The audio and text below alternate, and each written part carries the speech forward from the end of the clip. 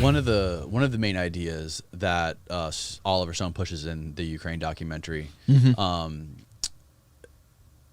I think it was the second one. There was two. There was Ukraine on Fire, which was the first one that goes up to, which basically covers Maidan, and then there was the second one, which goes all the way up to current events, with the election of the current guy. You mean Zelensky? Zelensky. Yeah, he talks about Zelensky. That's where the second documentary ends.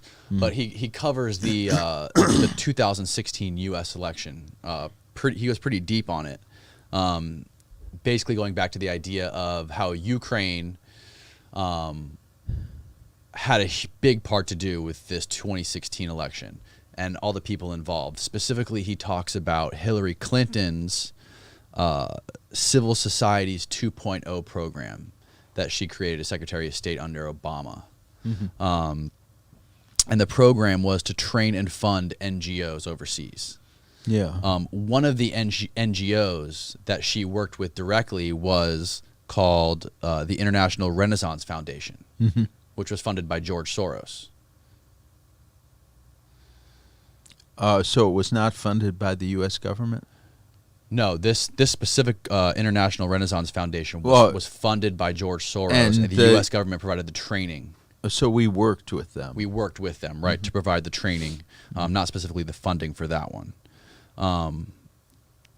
But this was part of the private email network she set up, was part of the Civil Society's 2.0 program, which is crazy something like this exists. And then when you go to, we talked already, Poroshenko was very pro-Clinton, anti-Trump. The investigations into Ukraine meddling broke out. Paul Manafort was proven to be working directly with the Ukrainian party, the Party of Regions. Well, that's Manafort's. That's Yanukovych's party. Yanukovych's party, right. Yeah. And Sergio Lyshenko was the journalist. Yeah, Sergei Lyshenko. Sergei Lyshenko. He was the journalist who basically revealed the receipts from the Paul Manafort receipts on this black ledger, right? What was your view of all of this when it was going down? Well, the controversy about the black ledger, I'm familiar with that, and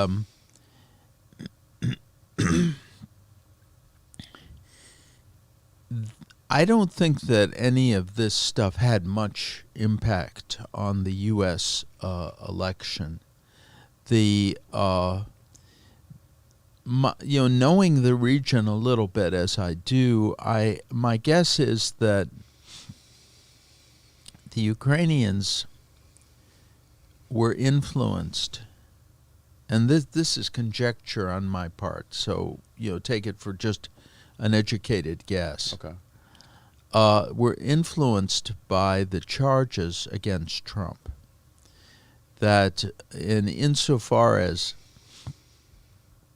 Trump was being accused of being a Russian agent, they took it upon themselves to do what they could to help Hillary, who was his political opponent.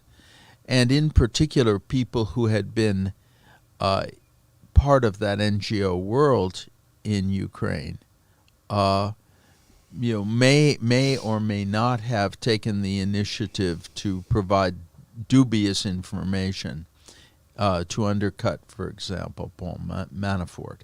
I mean, Manafort was an advisor to Yanukovych. Now he ends up advising Trump. So that fit in with the kind of narrative that was created that Trump was somehow under the control of the Russians.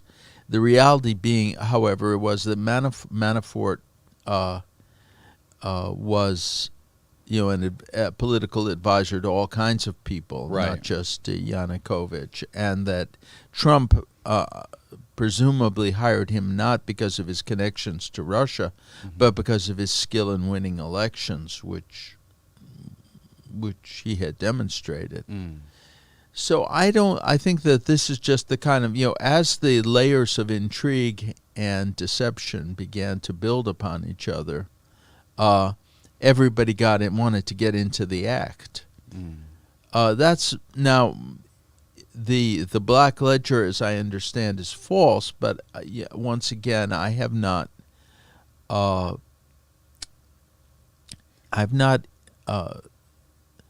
investigated that in any depth. I mean, there are certain things I have investigated in depth. That's not one of them. In the documentary, when they talk about the Black Ledger, it had names of hundreds of people's signatures on there with receipts who were paid in total, hundreds of millions of dollars. One of the names on that Black Ledger was Manafort.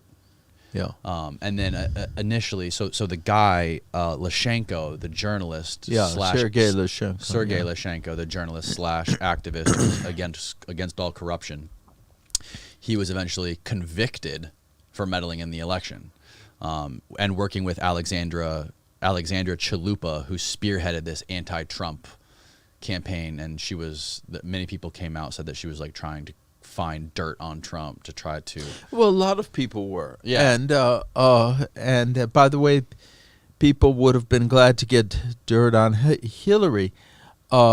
It surprises me a little bit of how ineffectual they were, because that information exists.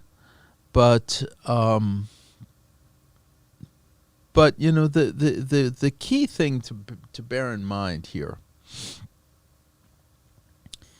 is that when Russia or Russian intelligence sees an opportunity to disrupt American society, they will take it. But that the opportunity is provided by Americans. This is our political divide, the political hatreds in this country. Give foreigners a golden opportunity to weaken the country. As long as we don't respect ethical norms in our own behavior, as long as we don't care about the truth, we'll find plenty of foreigners who are happy to use that against us and exploit our weaknesses. What do you think of the idea that America is this moral high ground of the earth, of the world, and Russia is this evil empire? Obviously, no one would argue the fact that Putin and the history has been evil throughout its existence. Evil things have been done by all of these leaders and dictators. But what gives credence to the idea that America is so much better and America's morals should be imposed throughout the world? Well, I think you hit it yourself when you pointed out that we have nothing in our history like the kind of horrors that have characterized the history of countries like Russia and Ukraine. In Ukraine, millions of people were deliberately starved to death. But we don't have that here in the U.S. In the Soviet Union, there was the Great Terror. People were, in the course of about a little over a year, 700,000 people were shot, on falsified charges. We haven't had that experience here. The